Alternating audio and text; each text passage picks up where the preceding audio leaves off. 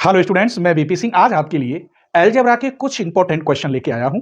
ये algebra BSc third same में है और मैं वो क्वेश्चन लेके आया हूं जो डॉक्टर भीमराव अंबेडकर यूनिवर्सिटी में आए हुए हैं। तो शायद इंपॉर्टेंट क्वेश्चन ही होंगे, इसीलिए अदर्स यूनिवर्सिटी के लिए भी ये क्वेश्चन वेरी वेरी इंपॉर्टेंट होंगे। तो चलिए क्वेश्चन नंबर 1 देखते हैं। और हाँ, फोर्थ सेम में मैकेनिक्स कंप्लीट हो चुका है, लेकिन उसमें 30% ही वीडियो दी हैं। अब हम मैकेनिक्स पर शुरू हो जाएंगे, 90% देंगे। कोई क्वेश्चन, कोई आर्टिकल, कोई भी एग्जाम्पल नहीं छूटेगा और बुक लेने की भी आपको कोई जरूरत नहीं है। जितने रुपए में आप बुक खरीदें उतने रुपए में आप चैनल की मेंबरशिप ले लें, जिससे सारी वीडियो ओपन होती चली जाए और आपको फुल मजा आए। चलिए तो क्वेश्चन नंबर 1 देखते हैं। Question number 1, if x relation y equal to कह रहा है x and y are perpendicular, then the relation is कौन सा रिलेशन होगा। अब एक बात बताइए, x और y दोनों परपेंडिकुलर, इसका मतलब x परपेंडिकुलर y के होगा, तो फिर y परपेंडिकुलर x के नहीं हुआ। तो आप सोचिए ये कौन सा रिलेशन होगा, रिफ्लेक्सिव होगा, सिमेट्रिक होगा, ट्रांजिस्टिव होगा, या तीनों सही होंगे। बताइए जब तक मैं ऑप्शन लिख रहा हूं। ए पार्ट में कह रहा है reflexive relation, reflexive relation. B part में कह रहा है सिमेट्रिक रिलेशन,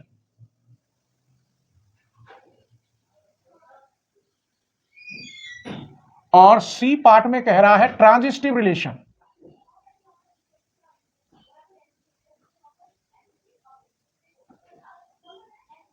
और डी पार्ट में कह रहा है ऑल ऑफ दीज।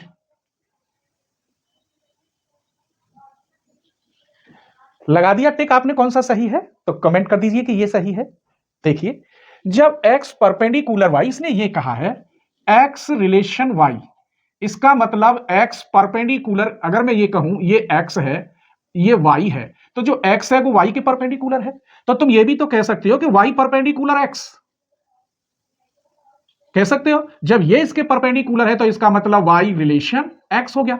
जब x रिलेशन y बराबर y रिलेशन x हो तो उसे हम सिमेट्रिक कहते हैं। क्या कहते हैं? Symmetric relation. आप ही सोच लीजिए, a परपेंडिकुलर b है तो इसका मतलब b परपेंडिकुलर a है, तो जहां a रिलेशन b होगा वही equal to b relation a हो जाएगा। इसका मतलब symmetric relation is true. Clear हो गया। आप अगर रिलेशन और मैपिंग वाला मेरा चैप्टर देखेंगे अलजेब्रा में तो फुल मजा आएगा आपको, वहां डिटेल में सब कुछ डिफाइन किया है मेरे बच्चों। क्वेश्चन नंबर 2 लेते हैं। आइए क्वेश्चन नंबर 2 में क्या कह रहा है, फॉर एनी टू सेट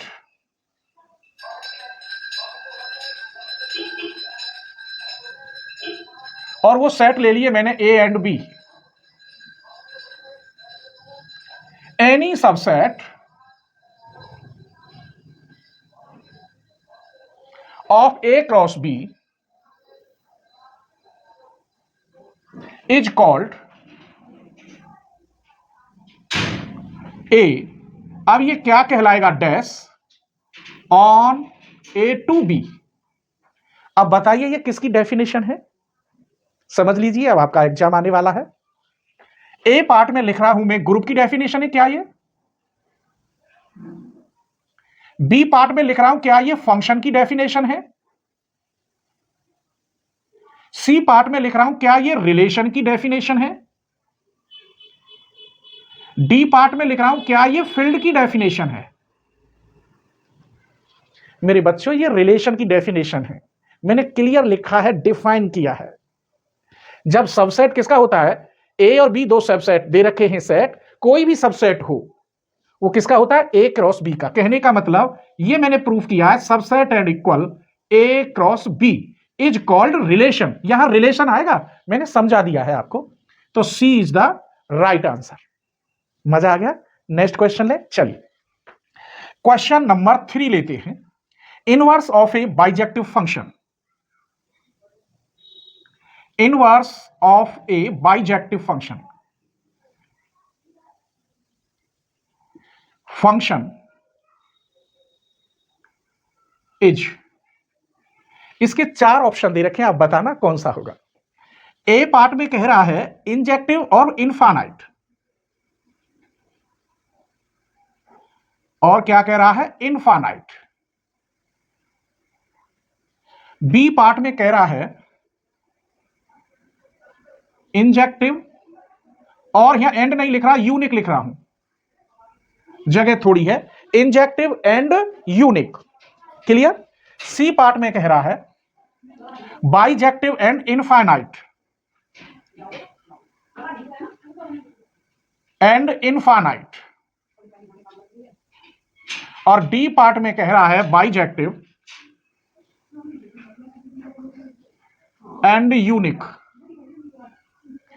अब एक बात देखिए, इनवर्स, मैंने आपको इनवर्स फंक्शन पढ़ाया है, ये थ्योरम भी है, वो प्रूफ कराई है। इनवर्स जो फंक्शन होते हैं वो इनफाइनाइट नहीं होते, तो इसका मतलब ये वाले तो दोनों कैंसिल हो गए, इनफाइनाइट का कोई संबंध ही नहीं है। दूसरी बात, ये बाइजेक्टिव है, तो इंजेक्टिव भी नहीं होगा, बाइजेक्टिव ही होगा। इनवर्स का फंक्शन क्या होगा, जो फंक्शन जैसा है ऐसा ही होगा और यूनिक होगा। इसका मतलब D is the right answer. Clear हो गया। आइए क्वेश्चन नंबर 4 देखते हैं। A relation R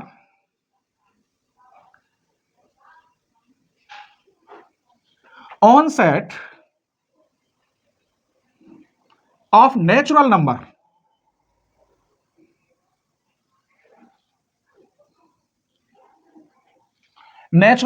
n, और ये डिफाइन करवा रहा है by x relation y by x minus y, और ये कह रहा है इज डिविजुअल बाई 2 इज। तो इसमें कौन कौन से रिलेशन होंगे ये आपको बताना है। शॉर्ट लिखेंगे, ए पार्ट में कह रहा है रिफ्लेक्सिव, ये रिफ्लेक्सिव रिलेशन है। बी पार्ट में कह रहा है सिमेट्री, ये सिमेट्री का रिलेशन है। सी पार्ट में कह रहा है ट्रांजिटिव, ये ट्रांजिटिव रिलेशन है। और डी पार्ट में कह रहा है ऑल ऑफ दीज। मेरे बच्चों, ये रिलेशन वाला जो x minus y is divisible by 2 कर दो, 3 कर दो, 4 कर दो, क्योंकि ये थ्योरम मैंने प्रूव कराई है। यहां n है, n की जगह पे कोई भी नेचुरल नंबर आप ले सकते हैं, और ये इक्विवेलेंस रिलेशन होता है। क्या होता है, इक्विवेलेंस रिलेशन। और इक्विवेलेंस रिलेशन कब होगा, जब ये तीनों प्रॉपर्टी सेटिस्फाई हो, रिफ्लेक्सिव रिलेशन हो, सिमेट्रिक रिलेशन हो, ट्रांजिटिव रिलेशन हो। इसका मतलब ऑल, ये सभी सही हैं, तो D is the right answer. एक क्वेश्चन और लेते हैं, 5 क्वेश्चन आ जाएगा यहां पर। Let a function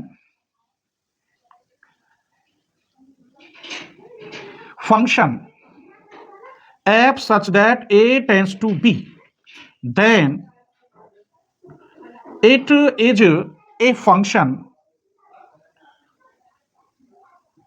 of kind। आइए मैं फंक्शन बना रहा हूं, वहां से आपको मालूम पड़ेगा।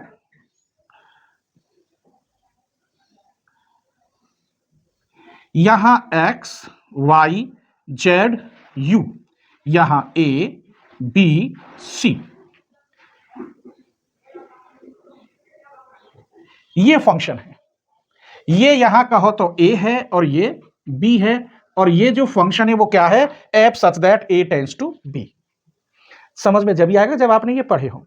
तो ऑप्शन कौन कौन से हैं, ए पार्ट में कह रहा है 1 1 into, बी पार्ट में कह रहा है many 1 into,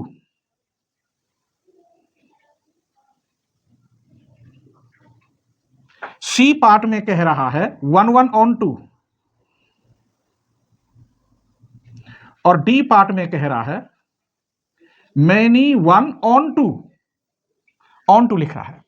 अब आप ये देखिए, ये कह रहा है 1 1 into और 1 1 on 2, 1 1 तो ये है ही नहीं, क्योंकि ए सेट के 2 एलिमेंटों की इमेज बी सेट के एक एलिमेंट पर बन रही है, जबकि 1 1 का अर्थ होता है कि ए सेट के प्रत्येक एलिमेंट की इमेज बी सेट के प्रत्येक एलिमेंट से अलग अलग होनी चाहिए। इसका मतलब ये 2 पार्ट तो हमारे 1 1 वाले गलत। अब बात आती है many 1 into और many 1 on 2। many 1 into तब होता, many तो सही है, पहले many का अर्थ समझ लो कि एक सेट, ए सेट के 2 एलिमेंट, या दो से अधिक एलिमेंटों की इमेज बी सेट के किसी एक एलिमेंट पर पड़े तो उसे कहते हैं मेनी। अब इनटू और ऑनटू समझ लीजिए।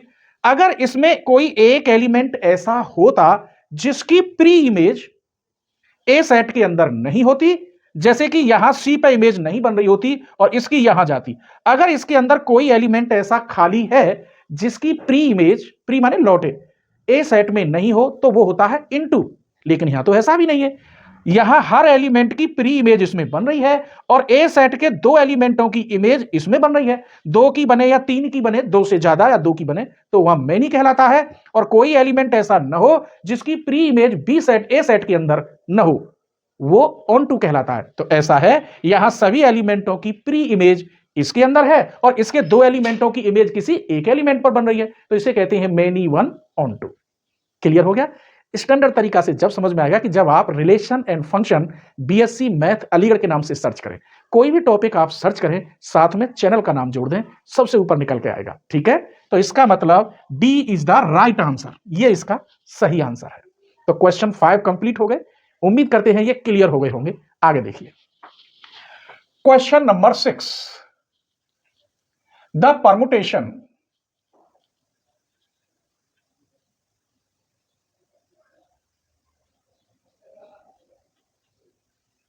One two three four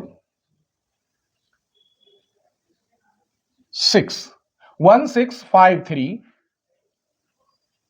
4 2। ये कह रहा है कि ये जो परमुटेशन है, एज लगा देता हूं यहां, इसके ऑप्शन देखिए। ये कह रहा है ऑड परमुटेशन है, बी पार्ट में इवन परमुटेशन है, सी पार्ट में नल और डी पार्ट में ट्रांसपोजिशन, या नन लिखे देता हूं।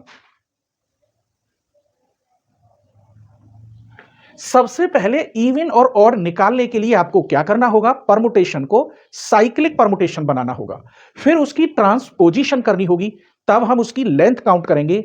इवन या ऑड वहीं से मालूम पड़ता है। ठीक है, आइए तो इसकी साइक्लिक बनाने के लिए आप, ये तो आइडेंटिटी है, क्लियर। 2 से लेकर यहां क्या है 6, तो जो नीचे होता है वो ऊपर लिखते हैं। अब ढूंढो, 6 के नीचे 2 आ गया, साइक्लिक खत्म। 2 से 6, 6 से 2, अब यहां 3 आया, 3 के नीचे क्या है 5, यहां 5 लो, 5 के नीचे क्या है 4, यहां 4 लो, 4 के नीचे क्या है 3। अब ये साइक्लिक बन गया। अब इसे हम ट्रांसपोजिशन में कैसे करेंगे वो देखिए। यहां 1 1 की आइडेंटिटी 1, 2 6 और यहां 3 5 4। अब ट्रांसपोजिशन में करने के लिए आइडेंटिटी 1 2 6, इसे तोड़ते हैं 3 5 और 3 4, 3 5 3 4। आइडेंटिटी को हम यहां काउंट नहीं करते, अगर रिपीटेड आइडेंटिटी होती है तो वहां इवन परमुटेशन होता है। अब यहां सिंगल आइडेंटिटी है, लेंथ 1 2 3, इसका मतलब ऑड परमुटेशन है। तो आप क्लियर समझ गए होंगे। मजा जब आएगा कि जब आप परमुटेशन वाला चैप्टर पढ़े। सिर्फ सर्च करना है permutation BSc math Aligarh, 1 minute में ऊपर आ जाएगा, डिफाइन हो जाएगा। आइए क्वेश्चन नंबर 7 देखते हैं। The ring of integer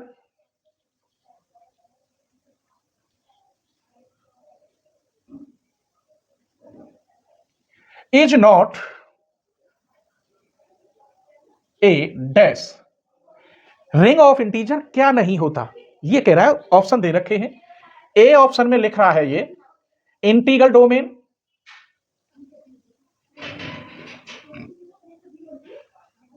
B part में लिख रहा है फील्ड, सी पार्ट में नॉर्मल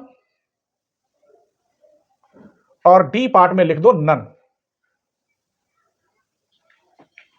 मेरे बच्चों, ये इंटीग्रल डोमेन की तो परिभाषा ही है।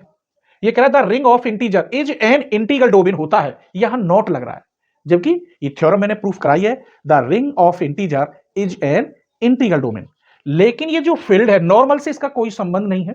ये फील्ड, इसमें दो आइडेंटिटी होती है, एडिटिव और मल्टीप्लिकेटिव। फील्ड कंप्लीट तब होता है कि जब हम एडिशन से ग्रुप सिद्ध करें और मल्टीप्लिकेटिव से भी ग्रुप सिद्ध करें। ऐसे क्वेश्चन मैंने बताए थे, रियल नंबर, कॉम्प्लेक्स और रेशनल नंबर होते। इंटीजर कभी नहीं होता। क्यों? इंटीजर मल्टीप्लिकेटिव से ग्रुप नहीं हो सकता और फील्ड में हमें एडिशन की भी 5 प्रॉपर्टी करनी होती है और मल्टीप्लिकेटिव की। कैसे? जैसे 5 इंटीजर है तो 5 का इनवर्स क्या हो गया मल्टीप्लिकेटिव में 1/5, जबकि 1/5 तो इंटीजर नहीं है, वो तो रेशनल नंबर है। इसका मतलब इनवर्स वाली प्रॉपर्टी सेटिस्फाई नहीं होगी। तो 100% जो भी इंटीजर हैं, रिंग के हो या इंटीग्रल डोमेन के हो, इंटीजर हैं, वो फिल्ड नहीं हो सकते। आ गया मजा? चलिए, इसका मतलब B is the right answer. Question number 8 देखिए। इफ एक थ्योरम लिख रहा हूं, F such that G tends to G dash is a group, homomorphism लिखे देता हूं, morphism and E dash are their identities, which one is true? तब which one is true? अब मैं ऑप्शन बना रहा हूं। जैसे ही मैंने सब ग्रुप स्टार्ट किया है ना, तो सबसे फर्स्ट थ्योरम यही प्रूव की है, और ये सब्जेक्टिव में आती रहती हैं। एलजेब्रा तो फर्स्ट क्लास तरीका से डिफाइन किया है, कोई कमी नहीं छोड़ी मैंने एलजेब्रा में। आइए, तो ए पार्ट क्या कह रहा है इसका, एफ ई इक्वल टू क्या है, e dash. B part f e dash equal to e. C part f e equal to 1। D part f e dash equal to 1। अब इसमें कौन सा सही है? आपने पढ़ा होगा तभी आपको मालूम है, वरना झूठ बोलेंगे तो कभी नहीं होगा।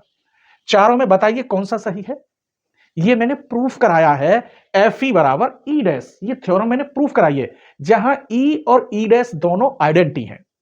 ध्यान रखना है इस थ्योरम को। तो इसका A is the right answer. Clear? Question number 9 देखिए। Question number 9, for ring of even integer.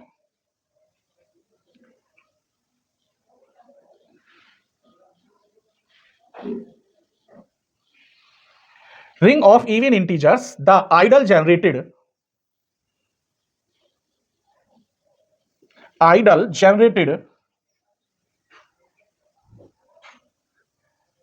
by 4 is A। ये समझ लो, जब भी कोई आइडल किसी नंबर से जनरेटेड हो तो वो आइडल प्रिंसिपल आइडल कहलाता है। ये ध्यान रखना, ठीक है। आइए ऑप्शन देखिए इसके। ए पार्ट में मैक्सिमल आइडल, बी पार्ट में प्रिंसिपल आइडल, सी पार्ट में प्राइम आइडियल लिख लेना, maximal ideal, principal ideal, prime ideal, और डी पार्ट में नन। तो ये ध्यान रखना, या 4 की जगह पे 5 भी हो सकता है, 6 भी, 7 भी। जब जनरेटेड हो रहा है तो वो आइडल क्या होगा, प्रिंसिपल आइडल। इसका मतलब B is the right answer. अभी एक क्वेश्चन और आ जाएगा, question number 10। If H is a normal subgroup,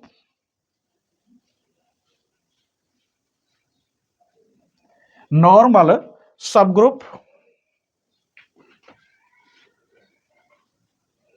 of a group G, then every x, y belongs to G। तब ऑप्शन लिख रहे हैं, इसमें कौन सा ऑप्शन सही है? अगर आपने सब ग्रुप प्रूफ किया, मैंने ये प्रॉपर्टी है, यूज की है कई जगह। ए पार्ट में एच एक्स बराबर एच वाई, बी पार्ट में कह रहा है H X H Y equal to H x Y, C part में H X H Y equal to H square X Y, और डी पार्ट में none. आप समझ गए होंगे, एच स्क्वायर नहीं होता, एच डॉट एच एच ही होता है, ये रॉन्ग। यहां H X H Y equal to क्या होता है, H x y. This is the right answer. और एच एक्स बराबर एच वाई ये प्रॉपर्टी है, तो यहां एक्स वाई का इनवर्स आता है। तो सिर्फ कौन सी प्रॉपर्टी सही है, ये वाली सही है। आपसे रिक्वेस्ट है, अगर मजा आया हो तो प्लीज अपने फ्रेंडों को जरूर शेयर करें। अच्छा रेस्पॉन्स मिलेगा तो नेक्स्ट वीडियो भी आएगी, मैथमेटिकल मेथड में भी वीडियो देंगे। तो प्लीज अपने ग्रुप पर अपने फ्रेंडों को जरूर शेयर करना, ठीक है। और जल्दी तुम्हारे एग्जाम हो जाए तो 4th सेम में फिर हम मैकेनिक्स फर्स्ट क्लास है, बहुत अच्छी तरह से समझ में आएगी। मैकेनिक्स ही वहां ज्यादा टफ है, और डिफरेंशियल इक्वेशन दोनों मस्त बुक है, स्क्रीनशॉट ले लीजिए।